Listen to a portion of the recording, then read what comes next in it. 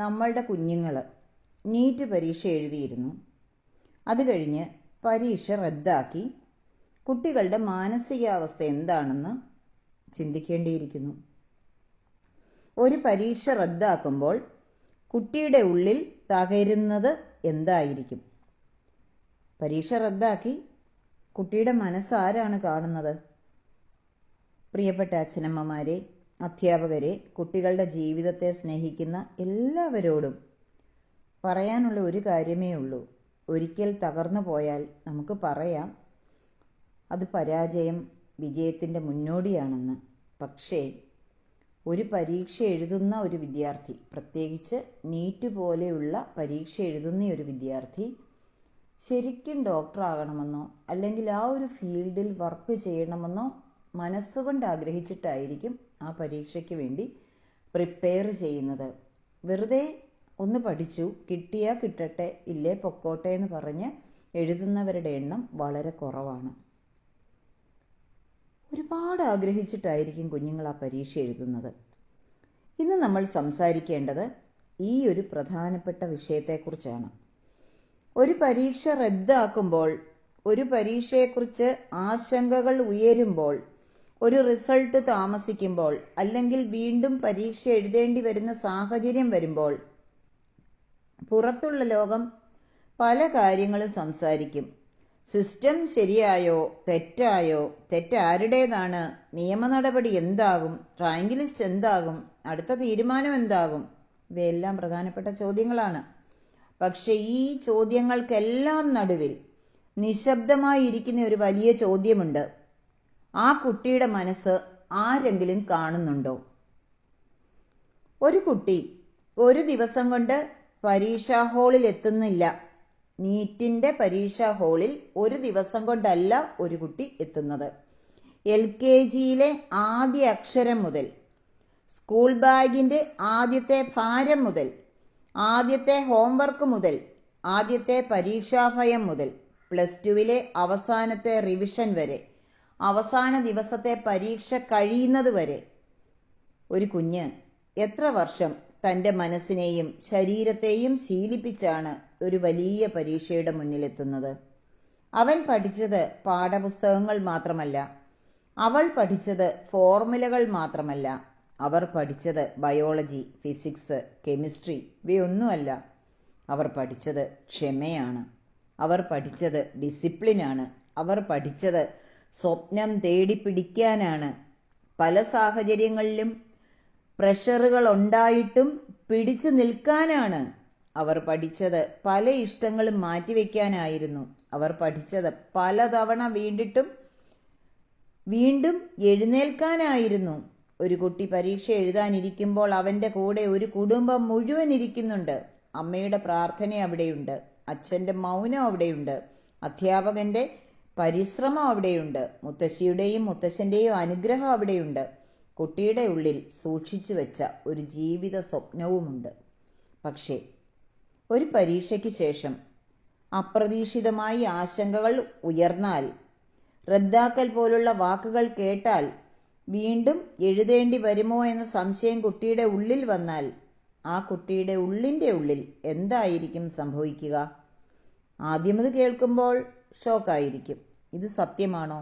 ഞാൻ ഇത്രയും പഠിച്ചത് എന്തിനായിരുന്നു? എൻ്റെ പരിശ്രമത്തിന് ഒരു വിലയുമില്ലേ? പിന്നെ കൺഫ്യൂഷൻ തുടങ്ങും. ഇനി എൻ്റെ ഭാവി എന്താകും? ഞാൻ വീണ്ടും ഇതേ എനർജിയിൽ പഠിക്കാൻ സാധിക്കുമോ? അഥവാ മൂന്നാമത്തെ തവണ റിപ്പീറ്റ് ചെയ്യുന്നൊരു കുട്ടിയാണ് എങ്കിൽ പിന്നെ ശൂന്യമായ ഒരവസ്ഥയായിരിക്കും ആ കുട്ടിയുടെ മുമ്പിൽ ഉണ്ടാവുക. ജീവിച്ചിരിക്കാൻ പോലും കുട്ടി തയ്യാറാവണമെന്നില്ല. എനിക്ക് വീണ്ടും അതേ കോൺഫിഡൻസോടെ പഠിക്കാനാവുമോ? ചിലപ്പോൾ കുട്ടിക്ക് ദേഷ്യം വന്നെന്നിരിക്കും. ഞാൻ തെറ്റൊന്നും ചെയ്തിട്ടില്ല, പക്ഷേ ഞങ്ങൾ എന്തിന് ശിക്ഷ അനുഭവിക്കണം? സത്യസന്ധമായി പഠിച്ചവരുടെ വേദന ആരെങ്കിലും മനസ്സിലാക്കുന്നുണ്ടോ? പിന്നെ ഭയം വരും. എൻ്റെ ഭാവി നഷ്ടമാകുമോ? എൻ്റെ റാങ്ക് മാറുമോ? എൻ്റെ പേരൻസ്, എന്നെക്കുറിച്ച് ഒരുപാട് പ്രതീക്ഷകളോടെ ഇരുന്ന എൻ്റെ പേരൻസ് എന്നെപ്പറ്റി എന്ത് വേദനിക്കും? എൻ്റെ ഒരു വർഷം പോയോ? ഇവയെല്ലാം കുട്ടി പുറത്ത് കാണിക്കണമെന്നില്ല. ചില കുട്ടികൾ പൊട്ടിക്കരയും, ചില കുട്ടികൾ മിണ്ടാതാവും, ചില കുട്ടികൾക്ക് ഡിപ്രഷൻ ഉണ്ടാവും, ചില കുട്ടികൾക്ക് ദേഷ്യം കൂടും, ചില കുട്ടികൾക്ക് ഉറക്കം കുറയും, ചിലർ ഭക്ഷണം കഴിക്കുന്നതിന് വിമുഖത കാട്ടും, ചിലർ ഫോൺ എടുത്ത് സ്ക്രോൾ ചെയ്യും. പക്ഷെ ഉള്ളിൽ വലിയൊരു ആങ്സൈറ്റി ബലൂൺ പോലെ വീർത്തു വീർത്തു വന്നുകൊണ്ടേയിരിക്കും. ചില കുട്ടികൾ പറയാതെ ഉള്ളിൽ തകർന്നുകൊണ്ടേയിരിക്കും. നമുക്ക് പലപ്പോഴും കുട്ടികളുടെ മാർക്ക് കാണാം, പക്ഷേ അവരുടെ മനസ്സിൻ്റെ പിന്നിലെ ഭാരം കാണാൻ സമൂഹത്തിനാവുന്നില്ലേ എന്നാണിപ്പോൾ എനിക്ക് തോന്നുന്നത്. അങ്ങനെ ആവുമായിരുന്നെങ്കിൽ ഇതുപോലെയുള്ള പിഴവുകൾ ഉണ്ടാവുകയില്ലായിരുന്നു. ഒരു പരീക്ഷ റദ്ദാക്കുമ്പോൾ അല്ലെങ്കിൽ വീണ്ടും പരീക്ഷ എഴുതേണ്ട സാഹചര്യം വരുമ്പോൾ അത് കുട്ടിയുടെ അക്കാഡമിക് ലൈഫിനെ അല്ല ബാധിക്കുന്നത്, അത് കുട്ടിയുടെ സെൽഫ് ബിലീഫിനെ ബാധിക്കുന്നു. കുട്ടിയുടെ ഉള്ളിൽ ഒരു ഡേഞ്ചറസ് തോട്ട് വരാം: എത്ര പരിശ്രമിച്ചാലും എൻ്റെ ജീവിതത്തിൽ എനിക്കൊന്നും നേടാനാവില്ല, എന്നും ഞാൻ പിന്നിലായി പോകുന്നല്ലോ. സിസ്റ്റം ശരിയല്ലെങ്കിൽ എൻ്റെ എഫേർട്ട് യൂസ്ലെസ് ആണ്. സത്യസന്ധമായി പഠിച്ചാലും നീതി കിട്ടണമെന്നില്ല. ഈ ചിന്തയാണ് ഏറ്റവും വലിയ അപകടം. കാരണം ഒരു കുട്ടിയുടെ മാർക്ക് കുറഞ്ഞാൽ വീണ്ടും പഠിപ്പിക്കാം, ഒരു റാങ്ക് മാറിയാൽ വീണ്ടും ശ്രമിക്കാം, ഒരു പരീക്ഷ വീണ്ടും എഴുതാം. പക്ഷേ ഒരു കുട്ടിയുടെ ഉള്ളിലെ വിശ്വാസം തകർന്നാൽ അത് തിരിച്ചു കൊണ്ടുവരാൻ വലിയ സ്നേഹവും വലിയ ക്ഷമയും വലിയ ഇമോഷണൽ സപ്പോർട്ടും തന്നെ വേണ്ടിവരും. അതുകൊണ്ടാണ് ഞാൻ പറയുന്നത്, കുട്ടികളുടെ മാർക്ക് മാത്രം സംരക്ഷിച്ചാൽ പോരാ, കുട്ടിയുടെ മനസ്സും സംരക്ഷിക്കണം. ഇവിടെ ഒരു കാര്യം വ്യക്തമായി പറയാം: നീതിയുള്ള ഒരു പരീക്ഷാ സംവിധാനം വേണം. തെറ്റുകൾ ഉണ്ടെങ്കിൽ തിരുത്തണം. കുട്ടികളുടെ ഫ്യൂച്ചർ സംരക്ഷിക്കുവാൻ ഉപയോഗിക്കുന്ന സിസ്റ്റം ഏതായാലും അത് സത്യസന്ധമായിരിക്കണം. മനുഷ്യന്റെ ജീവൻ രക്ഷിക്കാൻ പോകുന്ന ഡോക്ടർമാരെ തെരഞ്ഞെടുക്കുന്ന പരീക്ഷകളാണിത്. അവയ്ക്ക് വിശ്വാസ്യതയുണ്ടാവണം. Be true to yourself എന്നുള്ള ആ ഒരു ചിന്ത മാത്രം ഉള്ളിലേക്ക് എടുക്കുവാൻ സാധിക്കണം ഈ പരീക്ഷ നടത്തിപ്പ് ചെയ്യുന്ന ആളുകൾ. നീതി നടപ്പിലാക്കുന്ന ഒരു കാര്യത്തിൽ കുഞ്ഞുങ്ങളുടെ മാനസിക ആരോഗ്യം കൂടി പരിഗണിക്കപ്പെടണം എന്നാണ് അധ്യാപിക എന്ന നിലയിൽ എനിക്ക് പറയാനുള്ളത്.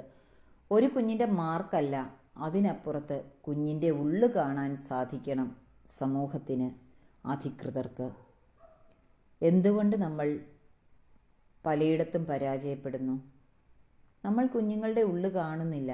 അതുകൊണ്ട് തന്നെ നമ്മൾ കുഞ്ഞുങ്ങളെ വഴക്കു പറഞ്ഞും കുറ്റം പറഞ്ഞും പഠിപ്പിച്ചും അടിച്ചു പഠിപ്പിച്ചും ഒക്കെ എന്തൊക്കെയോ ആക്കി മാറ്റാൻ ശ്രമിക്കുമ്പോഴും അറിയേണ്ട ഒരു കാര്യമുണ്ട്: കുഞ്ഞുങ്ങളെ അവനവനായിട്ട് ചിന്തിക്കാൻ കൂടി പ്രേരിപ്പിക്കുക. ഇതുപോലെ തകർന്നു പോകുന്ന നിമിഷങ്ങളിൽ അവർക്ക് ആ ഒരു ശക്തിയും കൂടി നമ്മൾ കൊടുക്കേണ്ടതുണ്ട്. കുട്ടികൾക്ക് അൺനെസസറി അൺസേർട്ടനിറ്റി കൊടുക്കരുത്. തീരുമാനങ്ങൾ വൈകുമ്പോൾ കുട്ടികൾക്ക് സ്ട്രെസ്സ് കൂടും. അവരുടെ മാനസിക ആരോഗ്യം സംരക്ഷിക്കുവാനുള്ള എല്ലാ കാര്യങ്ങളും നമ്മൾ നോക്കേണ്ടതുണ്ട്. നമ്മുടെ ഭാവി അവരുടെ കയ്യിലാണ്. നമ്മുടെ രാജ്യത്തിൻ്റെ തന്നെ ഭാവി കുഞ്ഞുങ്ങളുടെ കയ്യിലാണ്. നീതി നടപ്പാക്കുന്ന രീതിയിലും കുട്ടികളുടെ മാനസിക ആരോഗ്യം സംരക്ഷിക്കപ്പെടേണ്ടതുണ്ട്.